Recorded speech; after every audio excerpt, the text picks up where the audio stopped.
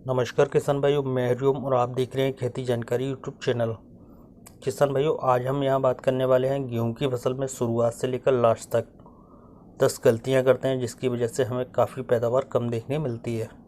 तो आज के इस वीडियो में हम यही जानेंगे क्या वो 10 गलतियाँ हैं जो हमें नहीं करनी चाहिए। तो नंबर 1 की गलती है बीजों का चयन। बीजों का चयन आपको जलवायु, बोने के समय और हर राज्य में अलग अलग किस्में होती हैं, तो आपके क्षेत्र के हिसाब से जो रिकमेंडेड हो वही करें। इस गलती से पैदावार में काफ़ी कमी देखने मिलती है। साथ ही आप गेहूं की बुआई कम से कम नवंबर में अवश्य पूरी कर लें अच्छी पैदावार लेने के लिए।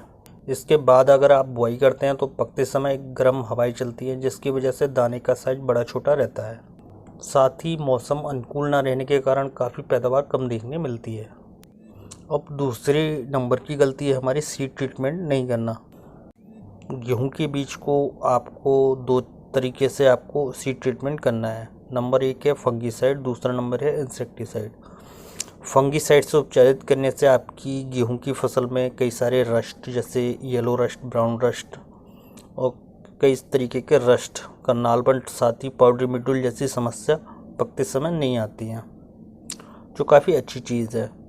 साथ ही इंसेक्टिसाइड से गेहूं का बीज उपचारित करने से हमें अंकुरण के समय कई समस्या आती हैं जैसे दीमक या जड़ में माहू या सूक्ष्म कीट, जो हमें गेहूं की फसल में अंकुरण के समय हानि पहुंचाते हैं। वो चीज़ से हमें काफ़ी मदद मिलती है, तो कम से कम आप सीड ट्रीटमेंट ज़रूर करें। तीसरे नंबर की चीज़ है हमारी गेहूं की बिजाई।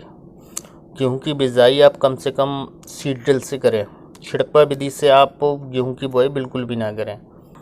छिड़कवा विधि में बीज और डीएपी ज़्यादातर वेस्ट ही जाता है।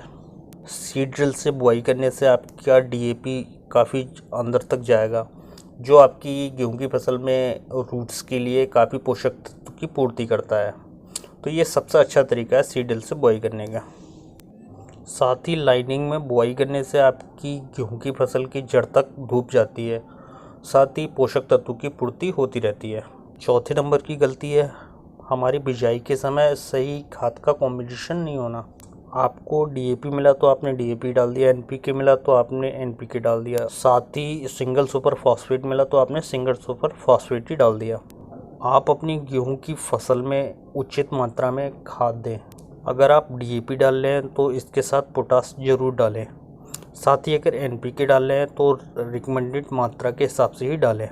गेहूं की फसल में एनपीके की मात्रा डीएपी की मात्रा से ज़्यादा ही रखनी पड़ती है, तो एक सही कॉम्बिनेशन में खाद देना ज़रूरी रहता है। वैसे तो गेहूं की फसल में 3 तत्वों की सबसे ज़्यादा ज़रूरत पड़ती है, जिसमें हमारा नाइट्रोजन, फास्फोरस और पोटास।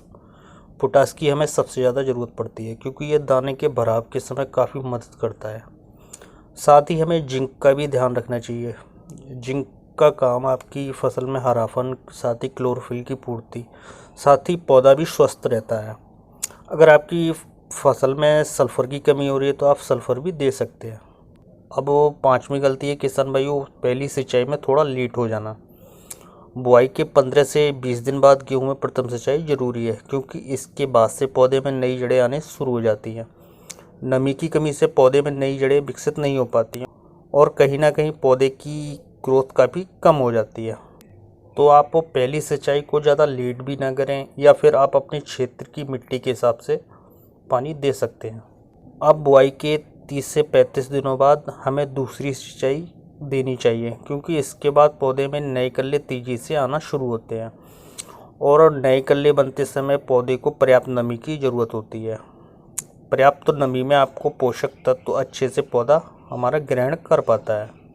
अब 6 नंबर की गलती है, अगर आप खरपतवार नाशी का छिड़काव कर रहे हैं तो खेत में बहुत ज़्यादा चिपचिपा नहीं होना चाहिए, यानी कि बहुत ज़्यादा नमी भी नहीं होनी चाहिए क्योंकि इस समय दवाइयाँ बहुत अच्छे से काम नहीं कर पाती हैं। साथ ही अगर आप यूरिया डालने जा रहे हैं तो हमेशा खरपतवार नाशी के छिड़काव के बाद ही डालें। और 7वें नंबर की गलती है, गेहूं की पूरी फसल में हमें भर भर के पानी देने की ज़रूरत नहीं होती है, केवल नमी बनाए रखनी होती है और सिंचाई आपको खेत की मिट्टी के हिसाब से करनी है। आपको ऐसा नहीं करना है कि आपको 15 दिन बाद तो सिंचाई करनी ही करनी है, आप वो मिट्टी की नमी के हिसाब से भी सिंचाई कर सकते हैं। अब 8वें नंबर की अगर बात करें तो आपको पकते समय फंगीसाइड और इंसेक्टिसाइड का स्प्रे अवश्य करना है।